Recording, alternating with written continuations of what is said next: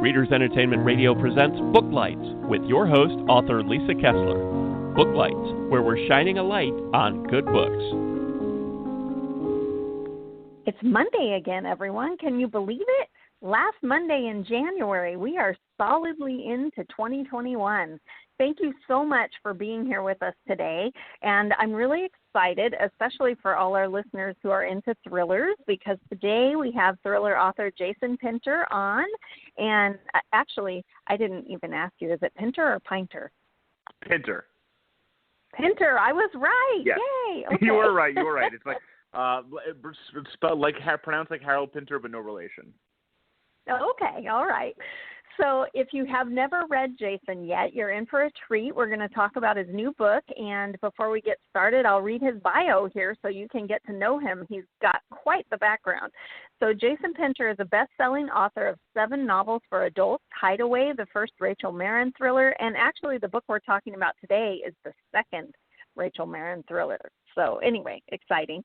The acclaimed Henry Parker series and the standalone thriller The Castle, as well as a middle-grade adventure novel, Zeke Bartholomew's Super Spy, and the children's book Miracle. His books have sold over 1 million copies in print worldwide. He's been nominated for numerous awards, including the Thriller Award, Stand Critics Award, Barry Award, Shamus Award, and The Mark was optioned to be a feature film.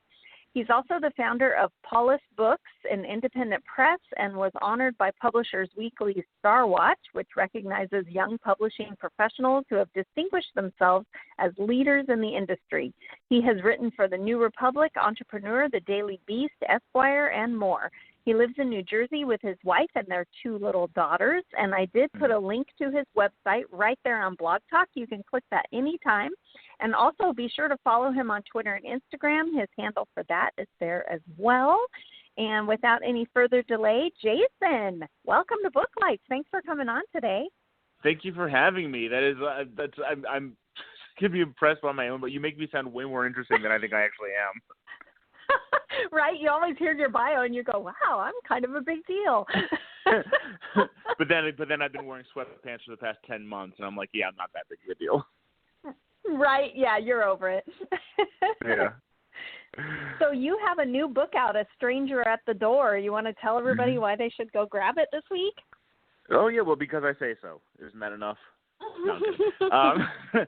No, so, Stranger there was the second book in my Rachel Marin series. The first book, Hideaway, came out last year, and the reviews have been absolutely phenomenal. So the series features Rachel Marin, who is a young single mother of 2 children, and in Hideaway, a traumatic event essentially shatters her life, and she's forced to move to a small town with her children, start over, take new names for her children to escape her past, but and because she's sort of been let down by society, she's had to essentially hone her mind and her body to become a protector to her family because she feels nobody else can protect them. But she also has this real sort of desire to see justice done because justice wasn't done in her case. So when a woman is killed in Hideaway, she feels like she has no choice but to find the murderer because she feels like police aren't going to. And in the second book, A Stranger at the Door, she's started to find a little more peace and solace sort of in her new position. But when her son's school teacher is dead, she feels that she has to get involved. But she also finds that her son is slowly being sort of groomed by this shady businessman who's exploiting emotionally fragile young children. And her son is very emotionally fragile. He hasn't really recovered from the traumatic events of the first book. So she has to both find a murderer and essentially pull her son back from out of harm's way. And all the while balancing family, balancing justice, balancing a relationship, and essentially trying to keep her world together. Wow. And is she a detective? What's her? She is not. She's it's funny. She's sort of the pitch is that she's sort of a vigilante. I don't know if she's not like Batman. She doesn't sort of go out at night and beat up bad guys at 3 a.m. But that to me was always sort of the interesting thing about the character is that she's somebody who has a real intense desire to see justice done, but because she has small children, she's not the kind of person that can kind of go out and beat people up in an alley at 3 a.m. or stay out and close down bars and things like that because she has to, pack lunches for school and help with homework and things like that. So she is not an official cop. She essentially, after the events of the first book, she wanted to stay low. She wanted to stay out of the spotlight, but her sort of desire to see justice done sort of forces her hand.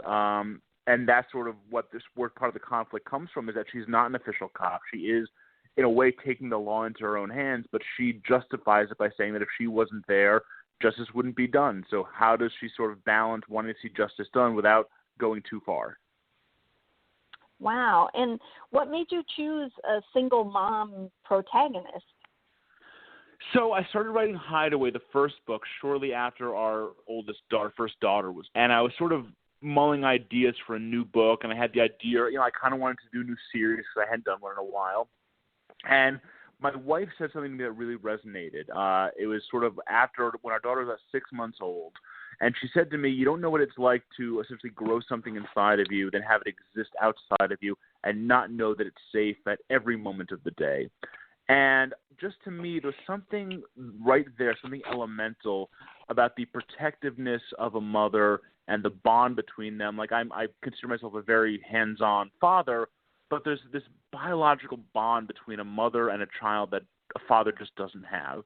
So, and I thought it would be really interesting to sort of set up this conflict of this woman who wanted to be a protector and wanted to essentially make the wrong, right the wrong things, but also had these children who depended on her. I had these two really strong ties pulling on her at all times. And having it as a woman just to me felt like more emotionally complex and a little bit deeper at the time. And I'm very happy about that. And I think it was the right decision. That's very cool. Are you constantly picking your wife's brain? Kind of picking my wife's brain, but then I also I do speak to other mothers. I speak to single mothers, trying to not just understand from the female perspective, but from a single mother perspective, because I think the perspective of a single mother is very different from that of just a mother, because there's that much more responsibility and it's that much harder. My wife I'm there to help out. I'm there to take care of the kids. I change as many diapers as she does. I make the lunches for school. But if you don't have that partner, if you don't have that support system, how do you balance all that and stay sane? It's hard enough as a parent with a spouse. So Right. It was important for me to talk to other women who lived that and have been through that to really understand the emotional side of it, to try to make Rachel feel more authentic. That's so cool. How many books do you think will be in the series? Do you know? As many as I can. I love the character. I love the stories. I love expanding her world. So the second book just came out. I have the idea for the third book, and then it just, like anything, it comes down to hopefully readers keeping the books and want more. And if they want more, then hopefully, my publisher will want more too. Right. And I'm going to, all my listeners always hear this, but I throw it out there anyway, because I'm an author too. And the thing is, a lot of times people want to wait until a series is complete and then read it all. But Right. The problem is with publishing is if people don't go buy that first and second book, the publisher's like, well, I guess the readership's not there, and then you don't get the finish to the series. So everyone go buy book 1 and 2. That is very true. I always say it is. Especially the last 4 years when the news media has just been consumed with the insanity out of Washington, it's been very hard for books to get the attention that they usually get. So I tell people, Right. If you love a book, buy the book, recommend it to your friends, leave a review online, post about it on social media.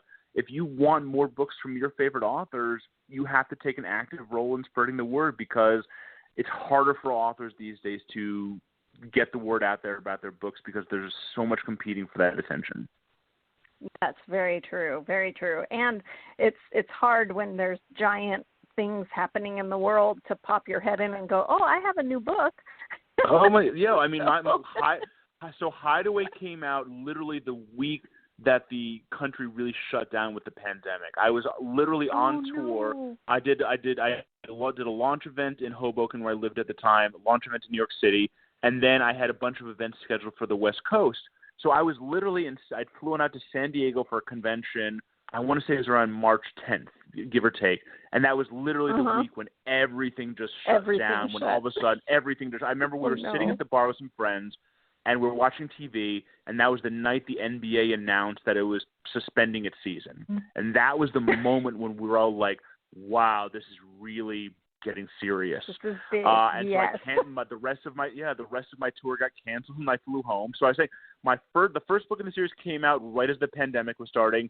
The second book in the series literally came out right as an insurrection was happening. So the third book's going to happen during an alien invasion. Right? Yes. Wow. Yeah. So for sure, everyone who's listening, definitely, grab the books and tell people about them, because it is harder right now for books to gain traction. And it was hard before because so many come out every week, and, getting anyone to notice that your book exists is hard, but it's much worse right now. So everyone go grab that book. It's very, very hard, right? That's why, we ask more from readers because we need them. Right.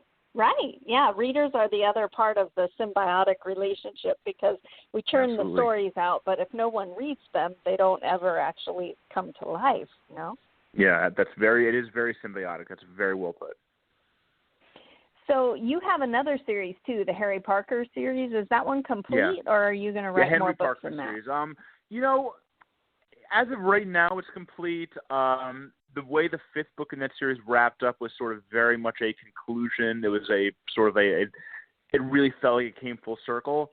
I've always sort of toyed with the notion of maybe bring Henry back at some point. I look at Dennis Lehane. He's one of my inspirations, and he wrote 5 books in his great Petra Kenzie, Angela Gennaro series, and he wrote 5 books and then put that series to bed, and then wrote another one 10 years later. And it was sort of like where these characters are 10 years from now. And, part of me sort of likes the idea of popping back in at some point and saying, like, hey, where are these characters now?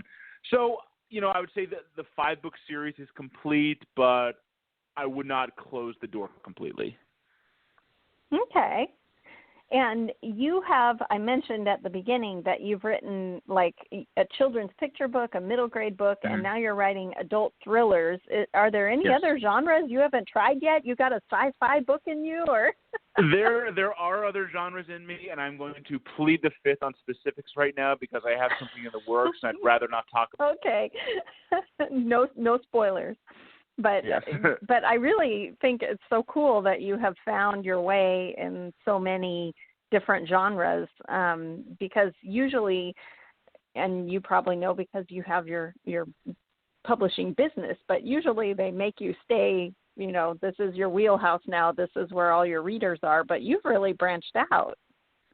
I think that's one of the beauty of, the way distribution and everything has changed is that I don't think authors necessarily need to be kept in a one lane. I think they can branch out a little bit. I think readers will follow them along, or at least understand, like, hey, if I love Jason's thrillers, now he writes a children's book. Okay, maybe that's not my speed, so I'll just stick around for the children's books or the thrillers. So I think that's one of the good things about this sort of the diversification of what authors have been allowed to do and the ways to get it out there. And I think that's good because a lot of authors like me, we might want to experiment in other arenas and see if readers will find us. Yeah. And what did your writing journey look like? I always ask people, did you always want to be a writer? Did it bite you later in life? What did your journey look like to getting published? It was sort of very weird in that I think I always wanted to be a writer. I think it came from just wanted to be a reader first and foremost, and then sort of writing sort of rip off stories about whatever I was reading at the time when I was younger. So I used to love epic fantasy when I was a kid, and I'd write, sort of little fantasy stories of my own that were total rip offs of whatever I was reading, and I didn't really sort of my early dabbles into fan fiction. Your early fan fiction, yeah. Yeah, exactly. And then, I remember it was in college when I started to get a little more serious about it. And I remember this very, very clearly. I went to the head of the English department, the head of the creative writing department. And I said, how do you get published? How do you be a writer? Because I didn't know the first thing about it. And she told me, first thing you need is a literary agent. And I had no idea what that was. I was like, okay, I guess, movie stars and singers have agents. I guess writers have them too. And that made sense to me. So I wrote a terrible coming-of-age novel when I was in college. I think everyone has to write one terrible coming-of-age novel before they get published. I wrote one other novel that I actually did try to get published but didn't get published just because it wasn't very good. And it's probably a good thing it didn't get published because it wouldn't have been good for my career. And then I wrote the first book in the Henry Parker series, which did get published and led to 5 books in that series. So, I wrote 2 books that didn't get published before I wrote my first published book, one of which was I never tried to get published. One I did and didn't get published. And I think that was good for me because it taught me a lot about craft and it taught me a lot about how to construct a story and pacing. And in the end, it worked out for me. Yeah. And did you join writers groups along the way? Did you just learn in school, or did you just do hard knocks of rejections and try again? I hate to say it was kind of hard knocks. I mean, I did work a bit in the publishing industry. I took a job as an editorial assistant out of college. So I read a tremendous amount, but I think one of the most important things, I learned how the industry worked. I learned the ins and outs. I think if you want to be a writer, that's one of the most important things you could do is learn the industry. Because if you're going to be a writer, you sort of have to treat it like a small business. You run your business, and how do you best do that? So understanding the industry, I think, helped me a little bit. Yeah, for sure. And with all self-publishing now, you really have to – I'm kind of a hybrid because I have a publisher and I have series that I put out myself. And right. It was very hard to switch gears and think of yourself as a publisher instead of, just the writer of the story. You do have absolutely. to think about marketing and where will people find it. If you're publishing your own books, it's, you run a business. You have to do cover design and editing and formatting. And then, it's not just enough to have a book, up for sale on Amazon, but how are people going to find it? How are you going to alert people to it? It's very, very hard, and you have to constantly be doing it. And, it's very hard, but can be very rewarding. Yes. There is an element of control that you don't get when you're with a publisher, which is nice. But then the flip side of that is, there's so much control. I have to control everything. Exactly. Yeah, exactly.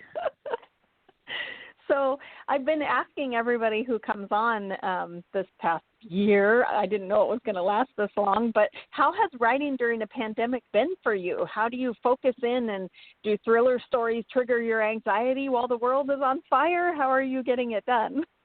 God, I have enough anxiety right now with my family and, my 2 people doing full-time jobs with a 2-year-old and a 3-year-old. I think writing has kept me sane in some ways because it's like I was actually just talking to my agent recently. I was like, having a book to work on during the pandemic has sort of given me something to focus on. Because I think otherwise you can let your anxieties run rampant and think, oh my God, the sky is falling. So being able to sort of like lose myself in a world a little bit has been useful. And I don't, not everybody has been able to focus or write, and I think everybody has reacted to this differently. And there's no right or wrong way to deal with it. This is the most insane thing that's happened probably in any of our lifetimes. But for me, I think being able to write and lose myself in a story a little bit has actually been really therapeutic. Oh, that's good. And I know at the beginning of it, I was having a really hard time because I write paranormal romances. So there's like this happy ending, and I'm like, how can I write a happy ending right now? But I did find that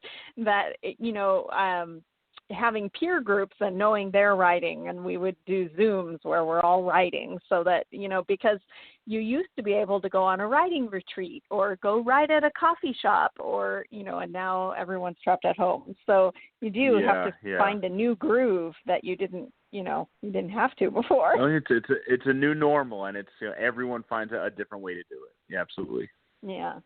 Yeah, and it is nice to have a book that you have control over, because sometimes things feel out of control, and you're like, well, at least I got 1,000 words.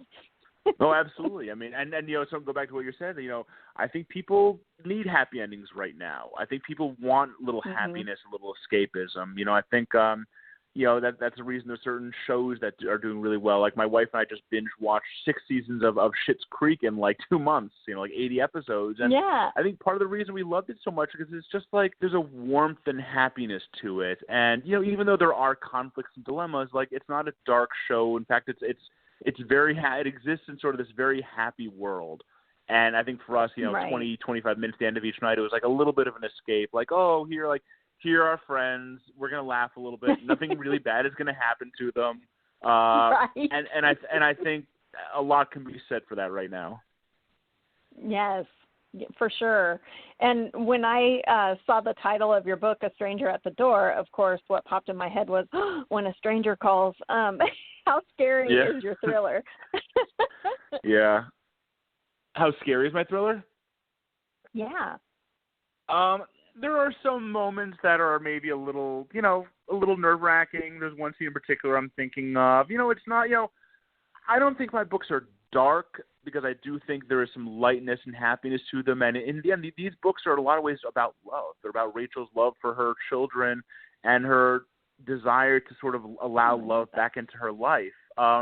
But there is some darkness in them. I mean, she's investigating murders, and there's some really terrible people out there who do terrible things. And I think part of the fun is that you want them to get their comeuppance, but it's not sunshine and rainbows to getting to that point. So yeah, there is some darkness in these books, but I'm not sure I consider them dark. Okay. Yeah, and we do all like to see them get what's coming to them. So like Rachel, we can relate in that way. Yes, absolutely. So what are you guys, you already mentioned Schitt's Creek, but what are you binge watching? What are you reading? What keeps you inspired right now while we're all inside? Well, the fun thing about having 2 full-time jobs and 2 small children is that we don't have a lot of time to binge watch. So I think, we just spent the last few months binge watching Schitt's Creek, and I think now we're going to hopefully find something new to watch. There's a lot of shows that I've wanted to watch that we just haven't got a chance to. I have been reading for fun. I just finished The Invisible Life of Addie LaRue by V.E. Schwab, which was absolutely fantastic. I finished The Raven Boys by Maggie Stiefvater. I read this great book by Sam Wasson called The Long Goodbye, which is about the making of Chinatown, which was absolutely fantastic. I read Pretty Things by Janelle Brown, which was great. So, I'm trying to read here and there. I don't have as much free time as I did before the pandemic. Right. But, it's still like, my list of things that I want to read and want to watch is just growing by the day. Yeah. Have you noticed, I mentioned this in my newsletter recently, but, I used to always, before this last year, I used to always think, wow, if I had time, I would learn these languages, I would watch these operas, I would, all these things. And then we've been locked down for a year, and I'm like, I haven't done any of those things. Oh, no, I see people who are like, oh, yeah, I learned how to bake bread. I learned how to play piano. I'm like, I barely have time to go to the bathroom. Right? Or people say like, oh, I'm bored because I watched everything on Netflix. So I'm just like, come watch my. Right. Yeah. I feel like I've wasted my wasting time. Yeah, exactly. I haven't learned to bake bread or cakes or anything. Yeah. Exactly. But, writers, we sit in a cave and we write. Yes, that's true. Yeah. Yeah. So what is next for you? Are you writing the 3rd Rachel Marin right now, or what? Yeah, what's next? we're talking to my publisher right now, and the hopes is that they'll want more books. I was fortunate that when I wrote Hideaway, they signed me up for 2 books, for Hideaway and A Stranger at the Door. And now the hope is that they'll want more. And one of the things, like I said, when a book comes out, you hope that enough people read it and talk about it that your publisher is going to want to think the series has more legs. So I think we're sort of like figuring that out right now, and hopefully I'll have. You're in the wait and see part, yeah. A little bit, yeah. Do you have besides your super secret passion project, do you have another book that you're writing that you're excited about? I think right now I have this project that I've been working on for a while that I'm excited about, and then I have hopefully more books in the Rachel Marin series. And I think that's enough between a full-time job and the kids that's, to have sort of like 2 books on my plate that I want to write plus everything. That's, if I look 20 years out in the future, there's a million things I'd love to write. But I think having sort of like my immediate future, these are the 2 things I want to focus on, and hopefully they'll both see the light of day. Right. And are you still working in publishing right now? Oh yeah. I run Polis Books. Yeah, like you said in my bio. Oh, okay. Wow, go you! You have your hands full. I do. I very much do. For some reason, I thought that was in the rearview mirror. I didn't realize you were doing that still and going, you're writing for Thomas and Mercer. Wow. No, that's my full-time job. Yeah. Wow, you are busy. Yes, I definitely am. And you're watching 2 little kids. That is, yep. Yeah, they have 2-year-old and a 3-year-old, and I love them, and it would take a bullet for them, but it'd be nice occasionally if they could go to the potty by themselves, or right. could make their own food if they're hungry. Right. I can promise you the day they can make their own bowl of cereal, your life will change forever. That is the best. Oh, yeah. There's nothing like being deep in edits and all of a sudden hearing, Daddy, I'm hungry, and I just want to be like, go get it yourself. Right. But someday, I promise you, they will be able to. Oh, I know that, and trust me, I'm sure someday in the future I'll want them to want to need me, Right. You'll turn around and you'll go, wait, don't you want me to make the grilled cheese sandwich? Exactly. Yeah. And right now I'm like, oh, you can make your own snack, but yeah, someday in the future I'll love to be bothered to do that. Right. And before the show, we were talking, too, about moving during the pandemic. I actually moved from San Diego to Florida because my husband had gotten a job. And, of course, during the pandemic, we're like, well, we can't pass it up. So we moved cross-country during the pandemic going, please don't let us get the plague. And you experienced a move with 2 small kids. Yeah. We moved. We were in Hoboken, New Jersey. We moved down to Central Jersey to have a little more space. We were in a pretty small apartment with 2 kids who were not getting smaller. So we were very fortunate that we found a space right before the market exploded. We took precautions. We talked to the right people. We had the house deep cleaned before we moved in. Right. Yeah, it was. My wife and I were looking at each other like we must be just completely out of our minds to do this. But right. In the rear. But now looking back, like if we had to stay in that apartment with everything going on right now, we would have gone insane. Right. Yes. Yeah, we were thinking the same thing, driving across the country with the dog and cat in the car. I was just thinking, oh my God, kill me. Yeah. I can't imagine doing that with a dog and a cat too. Yeah, it was not a really fun trip. And then there was the plague, so you're constantly worried. So your anxiety level's right at a really good let's drive across the country level. And you're afraid to pull over because who knows what rest stops are like. Yeah. Right. We had to drive right through Lake Charles, Louisiana on our way, and that was right after the hurricane had hit. And I am a San Diego native, so I don't do weather. So seeing all of the devastation, I was like, what am I doing? What? Oh, yeah. Oh. I'm going to go live in hurricane land? What? Oh, my God. That's crazy. Right? Yeah. But sometimes you got to do it, and even if there's a pandemic, it's time to move, right? Absolutely. I mean, we had to. We were already cramped, and my wife has some respiratory issues, and we couldn't stay in Hoboken, which was just a very, very packed small city. We were on top of each other, so we had to get out. Right. Yep. So you do what you got to do. We're all plague troopers. Exactly. So another thing about your title of your book, A Stranger at the Door, they mailed me a copy, and I opened it up, and I thought, no strangers at the door right now, right? It's funny when I write scenes in books where there's a lot of people, I'm like, where's the masks? What? Yeah. Oh, we watch those shows now, people hugging or kissing, or if there's like a love scene, we're like they didn't Purell first. Right. Yes. Yeah. It's definitely changed things.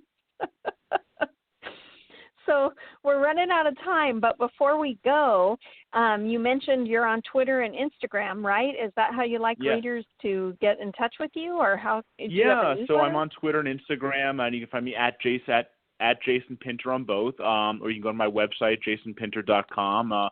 And I love it when readers tag me in posts or reviews. I love interacting with people. That's one of the great things about social media is that even in a tough landscape to get attention for books, there's better ways than ever for readers and writers to connect. So I love hearing from people. For sure. And anyone out there, when you read A Stranger at the Door, if you really love it, oftentimes we think, authors are too busy, but take the time to just send a note about, how much you enjoyed that book, because it fires up the writer. It's so much to write that next book, just knowing that we made any kind of difference in your day. So absolutely, it can really, writer, it's weird to think because they create these books you hold in your hands, but like writers are people, and hearing from people that they wrote a book that made your day a little bit better or got you through a long drive, it really it changes it can make someone's day, and it has made mine before. So yeah, please go out of your way to do that, whether it's me or someone else. Yeah, for sure. Well, thanks so much for being here, Jason. It was great having you on. Thank you. This was wonderful. Thank you so much. Okay. Thanks for joining later. us on Booklights. Be sure to connect with us at www.readersentertainment.com for articles, blogs, videos, and podcasts that matter to readers.